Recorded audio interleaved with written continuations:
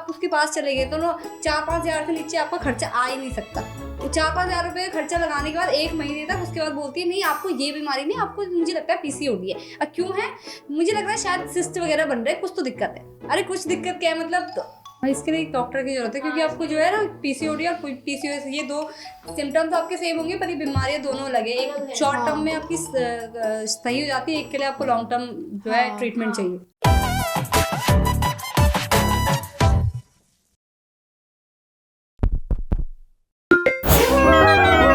इसका तो बहुत ज़्यादा रोल होता है, क्योंकि मुझे भी याद है जैसे लड़कियों में अक्सर होता है ये कि क्या बोलता है आपका हीमोग्लोबिन कम हो गया है तो आपके पीरियड्स स्किप हो रहे हैं। मेरे तो बहुत ज़्यादा होता है, 5-6 महीने तक स्किप हो जाते थे। पहले मुझे लगता था नॉर्मल है, क्योंकि स्टार्टिंग में मेरे साथ ऐसे हुआ था, तो पहले मुझे लगता था नॉर्मल है। फिर जब मैंने डॉक्टर को दिखाया तो फिर पीसीओडी ये बहुत बड़ी कॉमन है मेरे ख्याल से। तो मैंने हर दूसरी लड़की को पीसीओएस आज के वक्त में बहुत महिलाओं में बहुत कॉमन सा प्रॉब्लम हो रही है। हाँ, तो उसके लिए फिर मुझे दवाइयाँ लेनी पड़ी, क्योंकि अब आपके कंटिन्यूस मिस हो रहे हैं। आपको अच्छा लग रहा है अंदर से, तो मुझे अच्छा लगता था हाँ ठीक। अगर अच्छी बात है। पीसीओडी अगर किसी को है, आपको पूरे मतलब अच्छे से पीरियड्स नहीं होते हैं, तो क्या उस टाइम पर भी हीमोग्लोबिन बढ़ता होगा?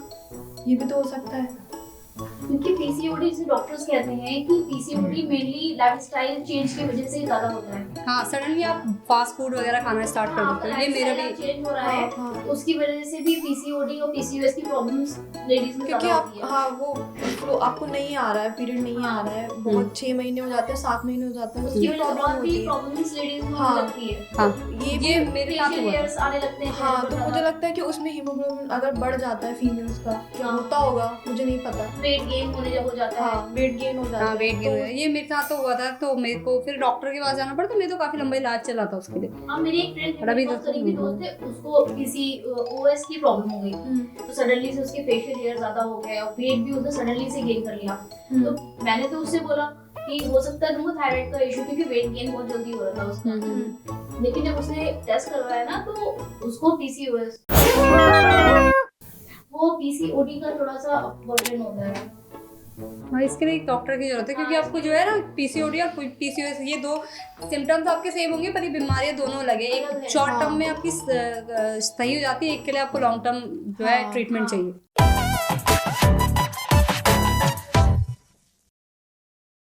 हाँ, इसी पे इश्यूज का याद आया कि मेरी बहन बता रही थी उनकी क्लास में कोई लड़की थी, उसको कंटिन्यूस 15 डेज तक पीरियड्स हुए, देन 2 दिन का रेस्ट, फिर 15 डेज, तो कंटिन्यू ये उसके साथ 6 महीने तक हुआ है। तो उसकी हालत ऐसी हो चुकी थी, मतलब मरने लायक होती है ना इंसान, बहुत ज्यादा कमजोर, तो उसकी हालत ऐसी हो गई थी। तो मैंने अपनी बहन से पूछा कि ऐसी कौन सी दिक्कत थी, तो उसने मुझे किसी बीमारी का नाम बताया कि ऐसा भी होता है लड़कियों में। वो मैंने पहली बार सुना है कि हाँ ऐसा भी होता है लड़कियों में।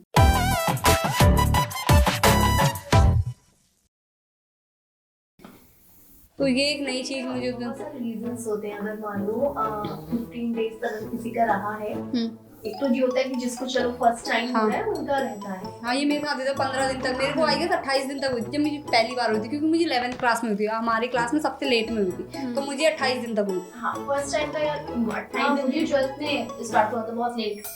हाँ, लेकिन इसके अलग अलग भी रीजंस होते हैं। मान लो किसी का जो है थायराइड का जो है वो रह सकता है रीजन, कि मान लो उसको 15 दिन रहा है, हो सकता है कि बिकॉज ऑफ सम उसके अंदर कुछ वो ऐसी बीमारी कि हाँ जब भी आप डॉक्टर के पास जाते हो तो वही वो बोलता है कि हार्मोनल चेंजेस हैं, ये चीजें होती हैं, तो इस वजह से भी जो पीरियड्स हैं उसमें ही आते हैं। देन फिर जो गायनिक होती है वो आपको एक मेडिसिन देती है जब आप जाते हो। तो इस सिचुएशन में हमेशा बेस्ट रहता है कि आप एक अच्छे गायनिक के पास जाएं, उससे कंसल्ट करें।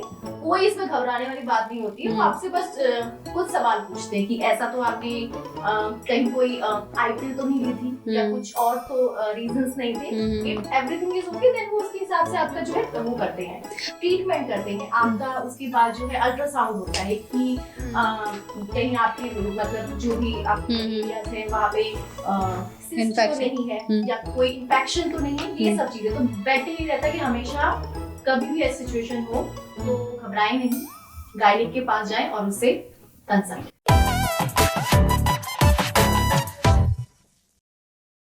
बट ये मेरे साथ भी होता ना, तो जब मैं गई ना गायनी के पास, तो आजकल तो दिल्ली में मैंने देखा है ना, लोग ना सिर्फ उनको पैसा छापना है, वो नहीं देख रहे कि प्रॉब्लम क्या है, रूट कॉज पे काम नहीं कर रहे हैं। उनको पैसा छापना है तो पहले 4 टेस्ट करेंगे, उन्हें पता है हाँ एक्चुअल दिक्कत कहाँ है, पर नहीं, उसके अलावा पहले 4 टेस्ट करवाएंगे, आपके पैसे खर्चवाएंगे। मेन 4 टेस्ट वहाँ करवाए, 4 टेस्ट 1 महीने की दवाई यहाँ दे दी, लास्ट में बोलिए नहीं आपको ये वाली बीमारी नहीं, आपको तो ये वाली बीमारी।